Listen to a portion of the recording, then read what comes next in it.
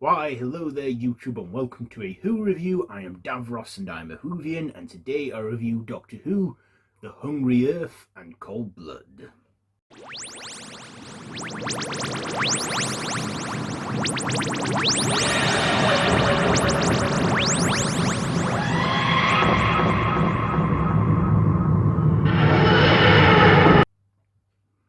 So this is a two-parter from Series 5 where the Doctor, Amy and Rory find themselves in 2020, where I'm assuming it's set before the lockdown restrictions happened in 2020, because we all know how that year played out. But yeah, at the time it was 10 years in the future. So the Doctor, Amy and Rory find this small Welsh village where there's a digging expedition going on, and then they soon find that people start sinking into the earth, like the earth's eating them. But then the Doctor gets to the bottom of it and finds that it's an old, not enemy but acquaintance, maybe enemy. We find it's an old classic monster called the Silurian. And when the Doctor sees that they are Silurian, he notices that they are a different branch of the species, and these ones look more human-like in the face. And of course, the Doctor thinks that humans and Silurians should try and resolve their differences and work out a way to coexist together. Of course, there are those Silurians that are extremists and believe that they should have the Earth back completely. And that Silurian, I can't remember her name now, but she's played by the same actress that would go on to return as Madame Vastra later on in Matt Smith's run. But she's a completely different Silurian in this. Now, of course, when she plans to make a revolution and that, it soon goes pear-shaped, but two humans decide to go into cryostasis with the other Silurians for another 1,000 years. But of course, Rory gets wounded in the incident, and there is the crack, which consumes Rory and he's instantly erased from existence. And the Doctor remembers him, but the Doctor manages to reach into the crack and find something, a shred of the TARDIS, thinking what the hell's going on? And they get back to it, of course. So yeah, that's the essential story there. What did I like about this two-parter? Well, I like that we got the return of a classic monster. I like it when the show brings back classic creatures. We've had the Daleks return, the Cybermen, we had the Macra at one point return and stuff, and Centaurans. So we got another classic monster returning, the Silurians. And in this, I like the Silurians' masks. Kind of resembles almost of the original design we had back in the 70s and 80s.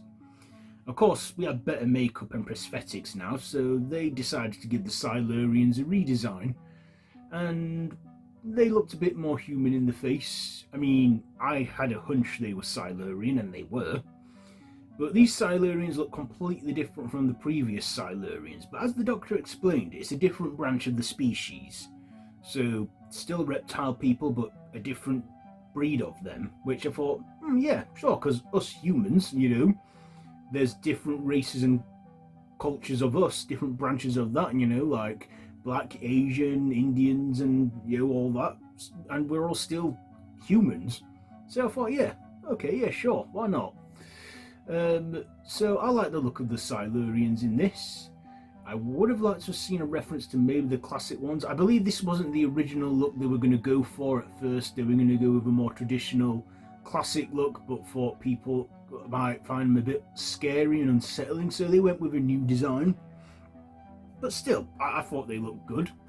I thought I liked the old Silurian, who was like a sort of Nelson Mandela-esque being that believed humans and Silurians should coexist on Earth together.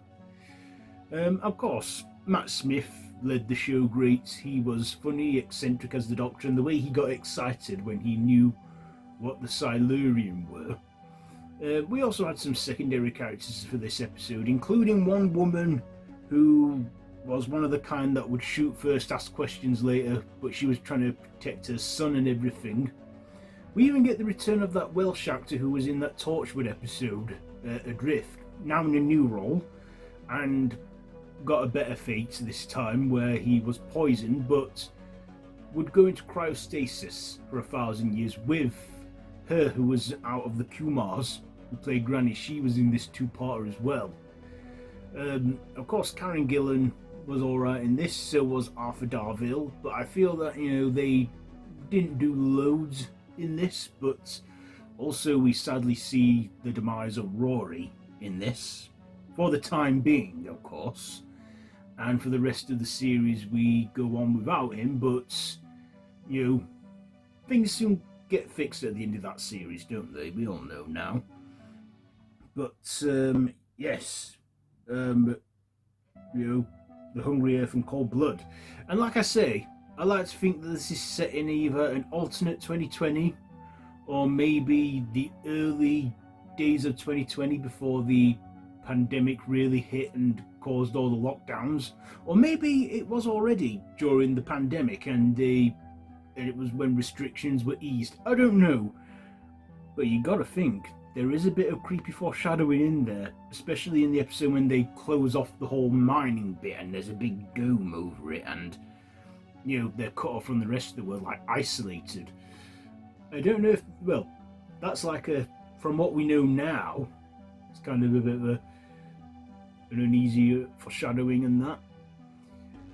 But yeah, I thought they had good visual effects, especially with the practical department with the Silurian makeup.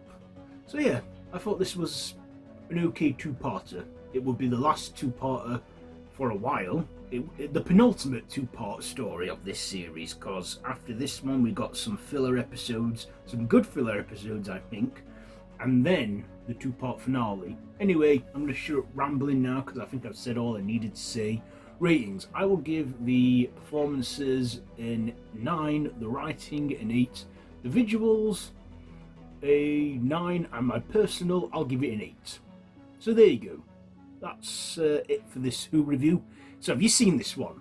Let me know what you think down below in the comments, and if you like this video, be sure to give it a big thumbs up, share with your friends, and feel free to subscribe to the channel if you haven't already, and to hit that notification bell.